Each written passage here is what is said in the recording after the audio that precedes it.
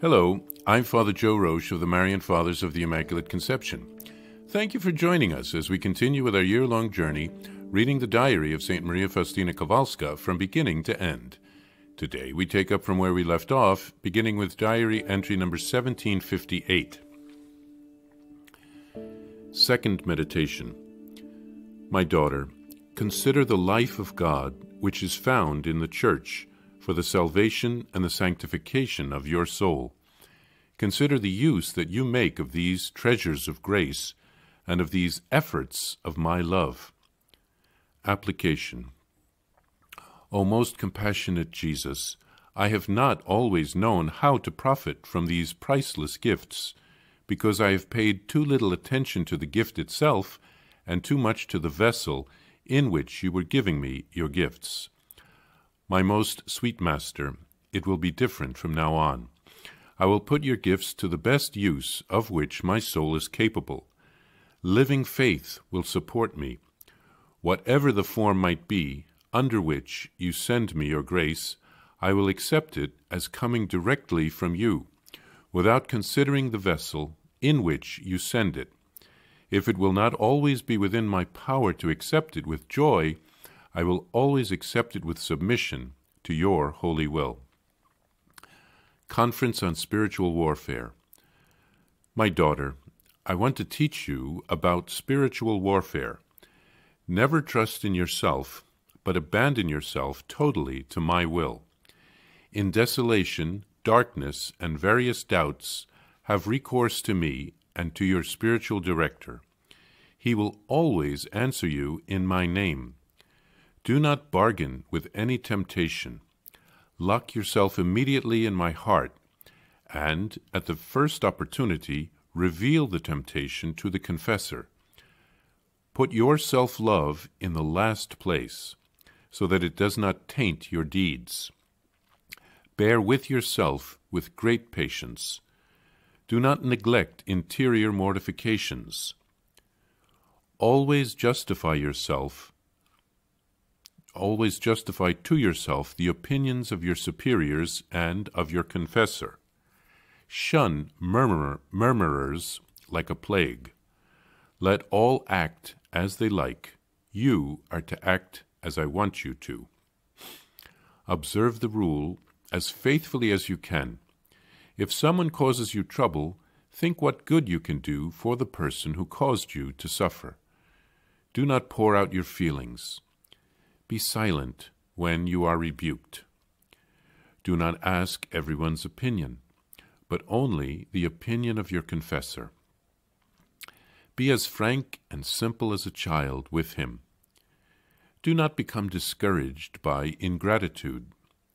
Do not examine with curiosity the roads down which I lead you. When boredom and discouragement beat against your heart, run away from yourself and hide in my heart.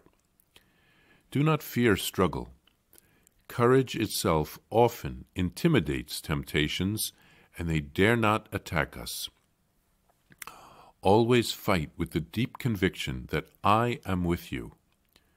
Do not be guided by feeling, because it is not always under your control.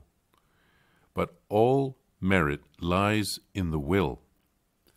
Always depend on your superiors, even in the smallest things. I will not delude you with prospects of peace and consolations. On the contrary, prepare for great battles. Know that you are now on a great stage where all heaven and earth are watching you.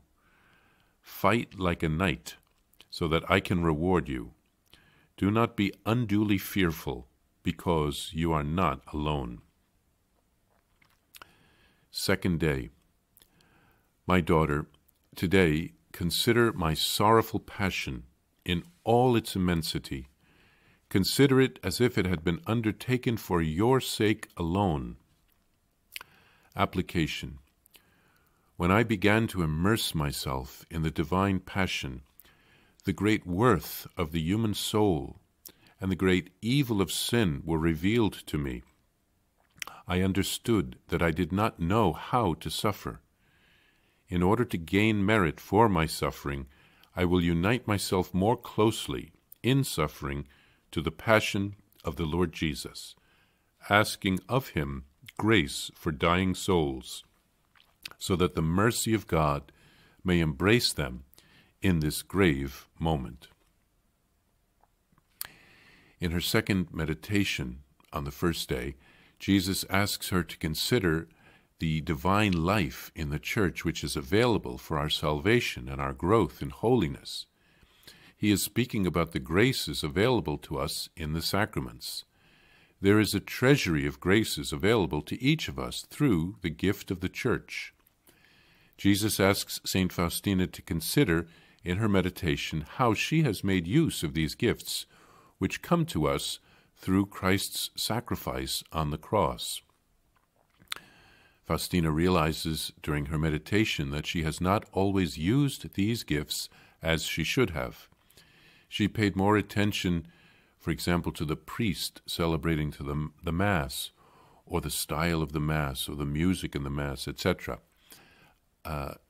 instead of paying more attention to the gift. We can learn from this to not take for granted the gifts that the Lord gives us through the church. At Mass, we can focus on the peripherals and not on the essentials, which is the gifts of grace which are available to us in every Holy Mass, in Holy Communion. So the most important thing is to be recollected, to prepare our heart to receive the Lord, and then to welcome the Lord into our heart and ask him for the help that we need. Jesus then gave St. Faustina a conference on spiritual warfare. We are not strong in ourselves. We need to trust in God's will and his strength. Jesus gives some very concrete advice, as usual, to St. Faustina on how to handle the situations that will come up. Jesus is very familiar with the human condition. He became like us in all things but sin. He knows what sort of temptations we face. He encourages her to take refuge in his heart and to pick her battles wisely, to not try to take on anything only with her own strength. Jesus is always with us, even when we can't feel his presence and when he seems to be absent. He says that St. Faustina should fight like a knight in armor. He is with her. And Jesus asks her then to meditate on his sorrowful passion.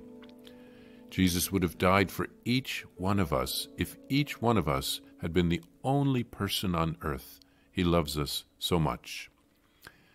Faustina came to appreciate the immense value of each human soul and how evil sin is.